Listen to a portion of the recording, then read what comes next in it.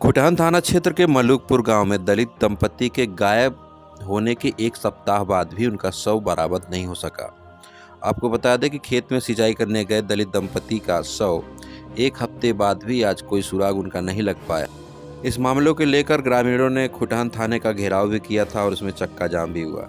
तमाम नेताओं का आना जाना लगा हुआ है, लेकिन अभी भी पीड़ित परिवार को कोई राहत की खबर नजर नहीं आ रही। आपको बता दें कि रामचरित्र कमलेश सिंह कम्मू के खेत के बगल में सिंचाई कर रहे थे, जिनकी बिजली की चपेट में आने से उनकी मौत हो गई थी और लाश को, ऐसा आरोपी ने कहा है कि लाश को आरोपी ने नहर में फेंक दिया।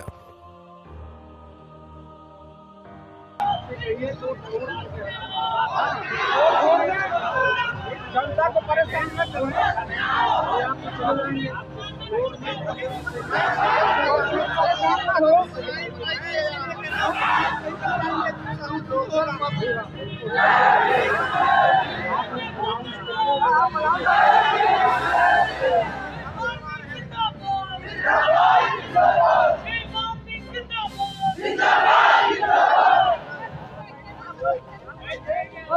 भाई इधर आइए।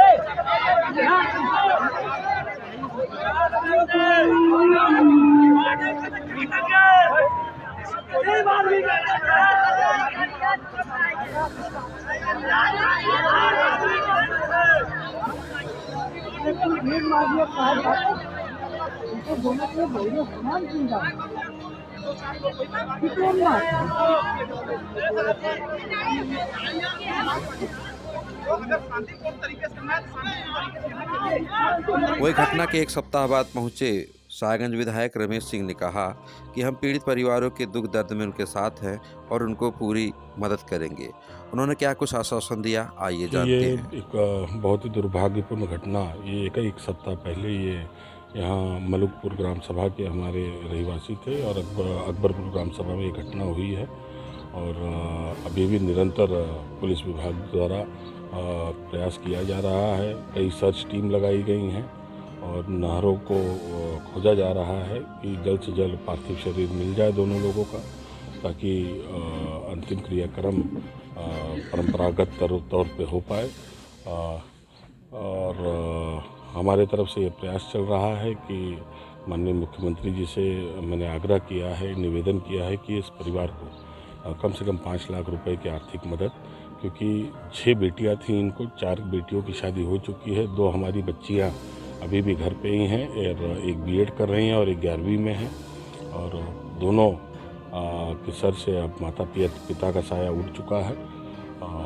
आर्थिक रूप से ये परिवार को जितनी भी संभव मदद हो पा रही है वो हमारे द्वारा और हर एक समाज द्वारा, सबके द्वारा करने का प्रयास किया जा रहा है। और आवास, प्रधानमंत्री आवास योजना के अंतर्गत इस परिवार को एक आवास और जो भी सरकारी लाभ है इस परिवार को देने का प्रयास किया जा रहा है। अभी सर अवैध तरीके से बिजली का जो कनेक्शन किया गया था, तो क्या सर बिजली विभाग की तरफ से कोई मुकदमा दर्ज किया गया कि नहीं अभी? हाँ बिल्कुल, इसमें देखिए कई मुकदमे दर्ज हुए हैं और 3 लोगों की इसमें गिरफ्तारी भी हो चुकी है और निरंतर ये प्रयास किया जा रहा है। पहली प्राथमिकता हमारी यही है कि पार्थिव शरीर दोनों लोगों का मिल जाए, ताकि घर वाले एक बार अंतिम दर्शन करके फिर उनकी अंत्येष्टि किया जा सके और जितने भी कानूनी प्रतिक्रियाएं हैं वो कानूनी प्रतिक्रिया अपना के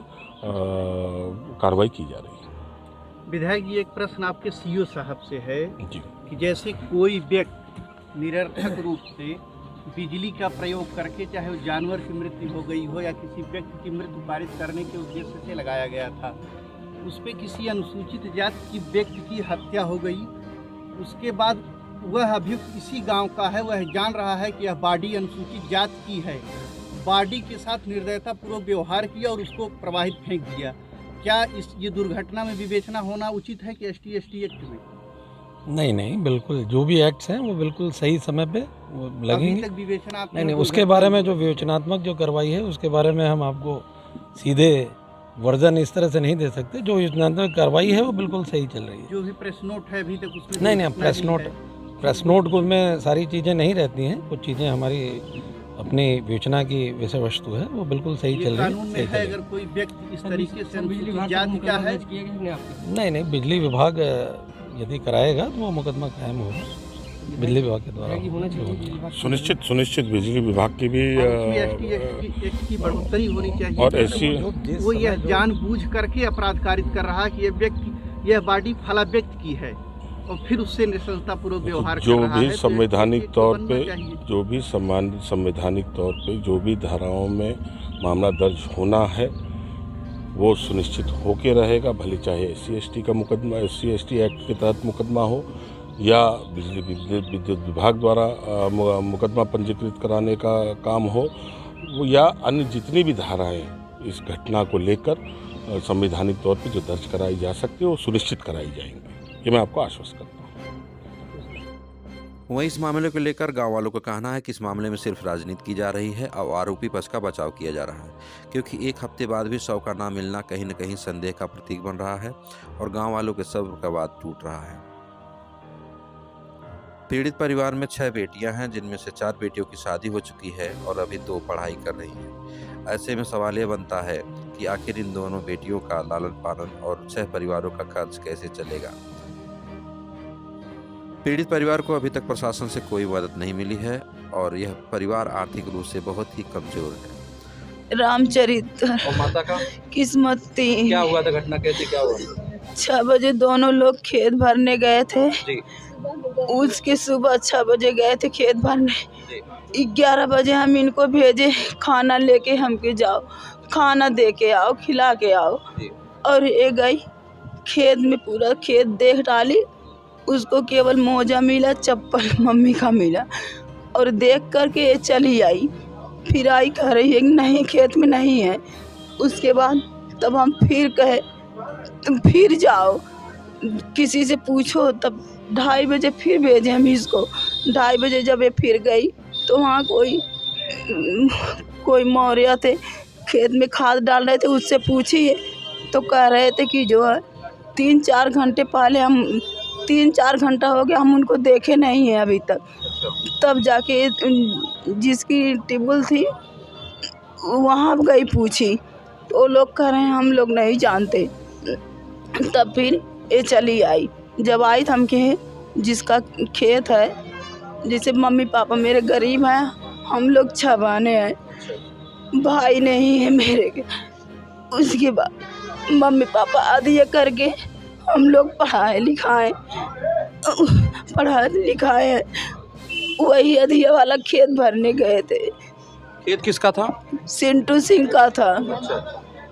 उसके बाद इसको जब हम 5 बजे फिर भेजे, हम कि तुम उनके घर नहीं गई पूछने, तो ये कह रही नहीं, हम कि तुम फिर जाओ।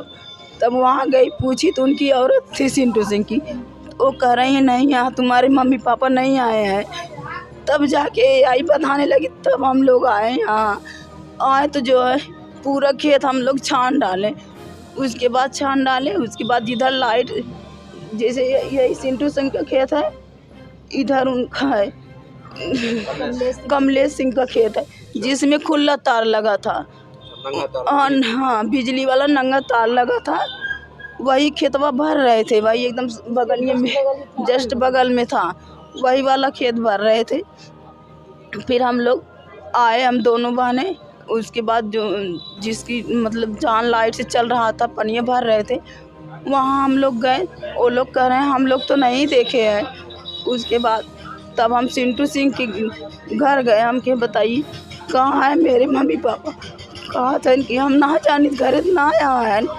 उसके बाद तब हम लोग गए खेत में ढूंढने गए। उसके बाद सिंटू सिंह मेरे पीछे गए।